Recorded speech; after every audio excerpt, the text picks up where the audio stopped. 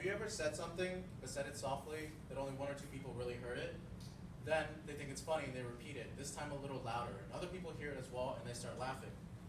Then they get credit for saying it, even though you said it first. Using this, imagine how an author feels when you use their source without giving them proper credit.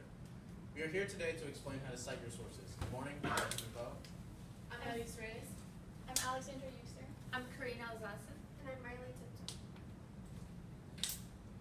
Being honest about your sources not only gives credit to the person who created that information and shows that you're capable of finding research, but also by being honest about your sources, you're avoiding plagiarism charges by taking credit for work that you didn't do. What makes your information trustworthy? An example might be if you're doing a research project on bullying and you reach out to a source like the Trevor Project or the Zebra Coalition.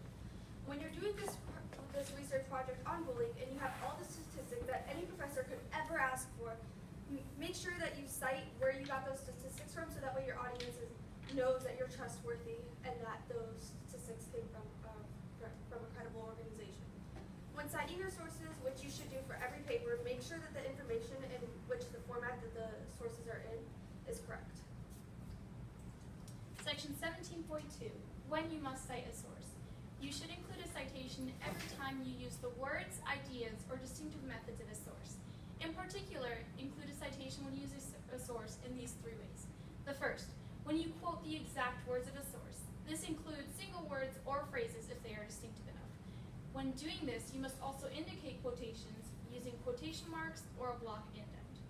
The second, when you paraphrase the words of a source, meaning you don't quote it directly, but you change the words every now and then to give a vague description of what the author is saying.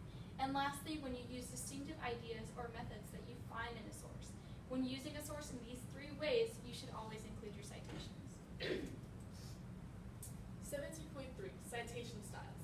There are the three most popular citation styles are Chicago style, MLA style, and APA style.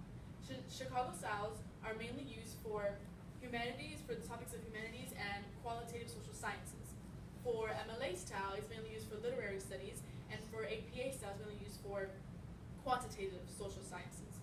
There are two very important places where you must cite your sources. One is on your citations page at the end of your paper, and also within the text. For Chicago style, when citing your sources in the text, you must put a subscript number in the text where your information is being used of your source, and a footnote at the end of the page. For MLA style and APA style, you should have a brief reference to your source and the page number where you found it within parentheses, as well as a little bit of information enough so that your reader can find the source you're using in your citations page. As well, at the end of your paper, you should add a bibliography or a citations page in alphabetical order. Even though there are three different types of format citations, such as Chicago, MLA, and APA, they have the same goal.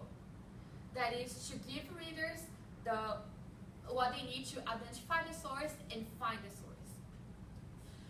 Each citation needs to answer these three questions. Who is responsible for the text? What's the name of the text? And who published, where, and when?